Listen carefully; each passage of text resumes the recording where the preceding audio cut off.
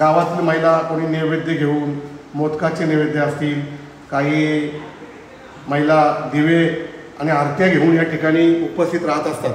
चिंद्रनचं आपलं मंदिर आहे आणि या मंदिराची ख्याती अशी आहे की इथे जर मनोभावे कोणी सेवा करत असेल, मनोभावे देवाला काही प्रार्थना करत असेल तर नक्कीच तो नवस पूर्ण होतो, अशी या देवाची महिमा आहे। प्रत्येकाने थोडा हातभार लावला तर मला वाटतं सतत चालू राहील 100%।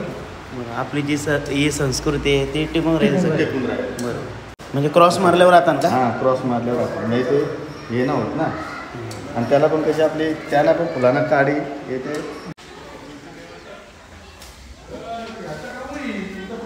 नमस्कार मित्रांनो, सागोजनच्या ब्लॉगिंग चॅनलमध्ये तुमचं स्वागत आहे। आपल्या चॅनल जर नवीन असाल तर खरंच सबस्क्राईब करायला विसरू नका।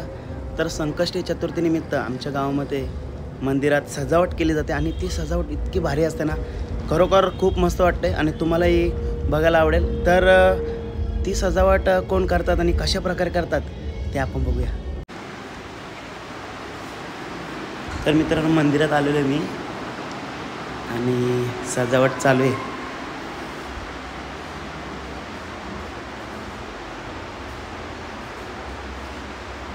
आमच्या चिंद्रन गावातील इच्छापूर्ती गणेश मंदिर आणि आमचे बाप्पा। काय बोलता, बरायच ना?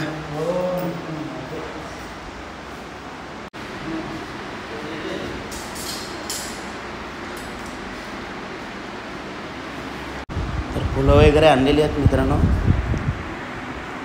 तर आपण त्यांच्याशी बोलू। दिल्ली गेला तर तो आला, नाव घेतो सर आला का? मग तो आला म्हणजे टेन्शन नाही।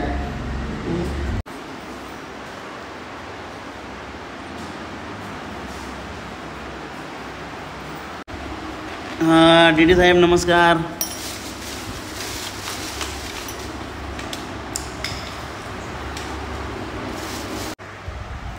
टेक्निक भारी आहे। कसली गाडी आहे आपली ह्याची ना? भारी का दादा, काय बोलता? मी काय सांगतो, आता म्हणजे तुम्ही दर संकष्टीला असा सजावट करता, आता किती वर्ष झाली तरी पण? आपण 4 वर्ष झालं। 4 वर्ष झाली का? म्हणजे सगळं तुमचा रिक्षावाला आपल्या गावातला? नाही, रिक्षावाला पूर्ण बोलून नाही, आपल्या गावातले पण काही लोक असते मदत करतात आम्हाला। काही का असं म्हणजे आम्ही पहिले 100 रुपये काढून करायचो, तर त्याच्यामध्ये असते लोक कमी झाल्यानंतर मग आम्ही त्या लोकांचं ठरवलं का आपण इथून पुढे चालू राहायला पाहिजे। चालू राहायला पाहिजे। आता काय गावातलं काय पब्लिक आम्हाला भेटतो, पण मुलं असे भेटतात का बोलतं माझी इच्छा आहे का मी पण पुढची संकष्टी करतो, त्याच्यामुळे त्यांना पण आम्ही सहकार्य घेतो। पण ते पैशांना घ्यायला पैसे देतात, पण ते सजवायला त्यांना टाईम नसतो, त्याच्यामुळे मग आम्ही 3 मिळून तो पूर्ण सजावट काम करतो। Okay okay. तर मग तुम्हाला असं का वाटलं का आपलेच मंदिरं म्हणजे असं सजवावं? आता आपण बाहेर जाऊन कुठे किती खर्च करतो, पार्टी करतो, काही करतो, बरोबर। आता संकष्टीला आपल्या गावीला दर्शनाला येतो, त्याला काय वाटलं पाहिजे अरे मंदिरात आपल्याला मंदिराचं काही हाड सुद्धा नसतं त्यांनी, बरोबर। मग एवढं मोठं का आपलं फालतू खर्च करू शकतो, मग तेव्हा एवढं करू शकत नाही का? बरोबर बरोबर। तर मित्रांनो, सर्वात मेहनती आमचे काका आलेले आहेत। काका नमस्कार। गेले ना कुठं? हां का काका? आता काकांचं समोरच घर आहे, आपण विचारू त्यांना। काका इथली रोजची पूजा कोण करतं? म्हणजे अशी बाबा करतात का? बाबाचं म्हणून टाकू ते भारी सजवता हो तुम्ही एकदम। हां मग तर विश्वास दादा पण आले। दादा काय बोलतं आपल्या मंदिराबद्दल, काय बोलू शकतोस? प्रथम या चिंद्रन गावचे गणपती मंदिराजवळ आपण आहे। मी देवाला प्रार्थना करेन की आमचे बंधू सागर पाटील अतिशय एक मन मिळावा मुलगा गावात ज्यांनी तो उपक्रम घेतलेला आहे। मी देवाला प्रार्थना करेन की गावामध्ये एकमेव असा मुलगा आहे की ज्याचा कोणत्याही वडील आणि कोणत्याही माणसाची आणि कोणत्याही व्यक्तीशी वाद नाहीये, असा हा मन मिळावा मुलगा, आणि याला उदंड आयुष्य पण लाभू दे। आणि त्यांनी जो उपक्रम घेतलेला युट्यूब मार्गे त्याला प्रचंड लोकांचा प्रतिसाद येऊ दे, एवढी त्या गणराजांनी प्रार्थना करेन। आणि सागरबाई सांगू इच्छितो की हा पुरातन काळातला चिंद्रनचं आपलं मंदिर आहे आणि या मंदिराची ख्याती अशी आहे की इथे जर मनोभावे कोणी सेवा करत असेल, मनोभावे देवाला काही प्रार्थना करत असेल तर नक्कीच तो नवस पूर्ण होतो, अशी या देवाची महिमा आहे खरोखरच। आणि या चिंद्रन गावातील पायी दिंडी चिंद्रन ते आपण पाहतो वरदविनायक महलपर्यंत ही पायी दिंडीचा जो उपक्रम गावाला राबवतात, अतिशय सुंदररित्या तो कार्यक्रम सुद्धा होतो। तर जे त्या कार्यक्रमामध्ये सहभागी असतात त्यांना सुद्धा मी देवाकडे प्रार्थना करेन की सर्वांना असाच यश देवो आणि धन्यवाद। फुलं कुठून आणले दादा? फुलं पण छान. पहिले आम्ही मुलाच्या रस्त्यात होतो कल्याण. आणि आहे काय रेट फुलांचा? 100. सर्व 100 रुपये. पनीरला 100 पडतात. कल्याणला भेटतात 40-50. तर मित्रांनो बघा कशी सजावट आहे. तर मला तर वाटतं प्रत्येक मंदिरामध्ये अशी सजावट झाली पाहिजे. तर दादा काय बोलता, ही एवढी मनोभावी सेवा करतायत बाप्पाची, तर तुम्ही काय बोलू शकता? खरोखर अतिशय चांगल्या प्रकारे सेवा करतात आणि म्हणजे कुठल्याही काही पद्धतीचा काही न करता स्वतःच्या खर्चाने ते मेहनत करतात आणि मंदिराची सजावट करतात. बरोबर. अतिशय चांगलं काम करतात. त्याने त्याचा फल त्यांना नक्कीच भेटेल आणि अशी प्रत्येकाने करायला पाहिजे. बरोबर. प्रत्येकाने थोडा हातभार लावला तर मला वाटतं हे सतत चालू राहील 100%. बरं, आपली जी ही संस्कृती आहे ती टिकून राहील. बरोबर. आणि आम्हाला लय लोकांचं सहकार्य चांगलं असतं. आता तुमच्या राधासारखं म्हणजे लगेच बोलतात आम्हाला ही संकष्टी द्या, पुढच्या लगेच दुसरा माणूस फोन करून आम्हाला विचारतो आम्हाला एक संकष्टी द्या.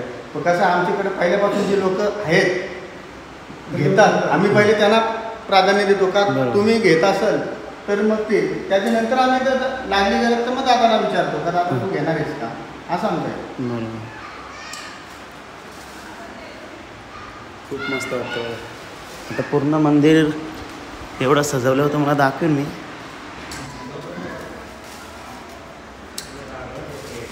हे कशी कट मारायला लागतं ना थोडीशी मग म्हणजे बरोबरी करतो. म्हणजे क्रॉस मारल्यावर आता का? हां क्रॉस मारल्यावर आपण नाही ते हे ना होत ना. आणि त्याला पण कशी आपली त्याला पण फुलांना काडी येते.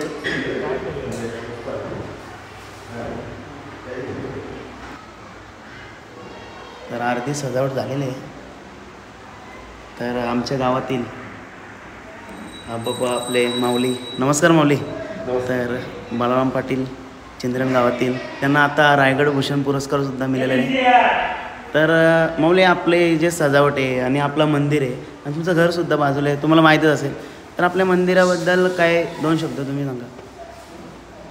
आपल्या या मंदिरामध्ये प्रत्येक संकष्टी चतुर्थीला ही मुलं सजावट करत असतात आणि या चतुर्थीच्या निमित्तानं गावातील सर्व भाविक जवळजवळ सकाळी 5 वाजल्यापासून या ठिकाणी दर्शनाची सुरुवात होते आणि रात्री 10 वाजेपर्यंत अशीच सर्व भाविकांची रांग लागलेली असतं.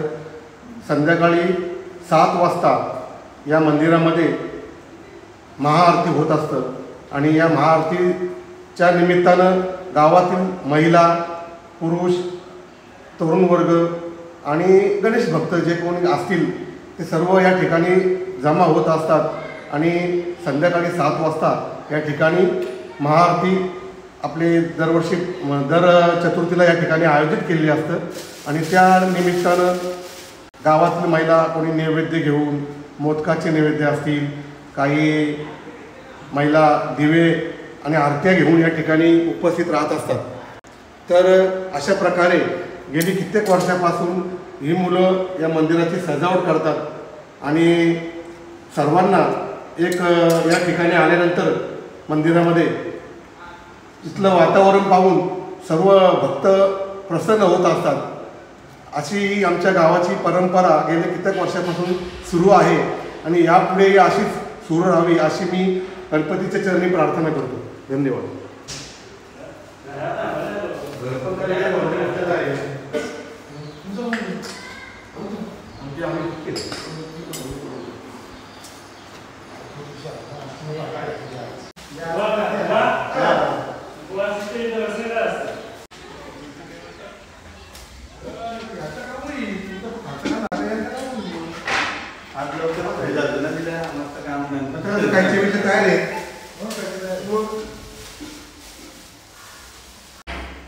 तर मित्रांनो सजावट पूर्ण झालेली आहे. तर बघा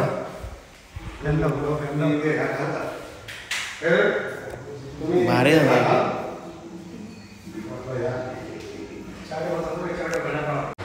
तर मित्रांनो तुम्ही बघितलं असेलच सजावट. तर खरोखर प्रत्येक गावामध्ये अशी सजावट केली पाहिजे. तर तुम्हाला हा ब्लॉग आवडला असेल तर इतरांना शेअर करा. आपण भेटूया पुढच्या ब्लॉगमध्ये. बाय.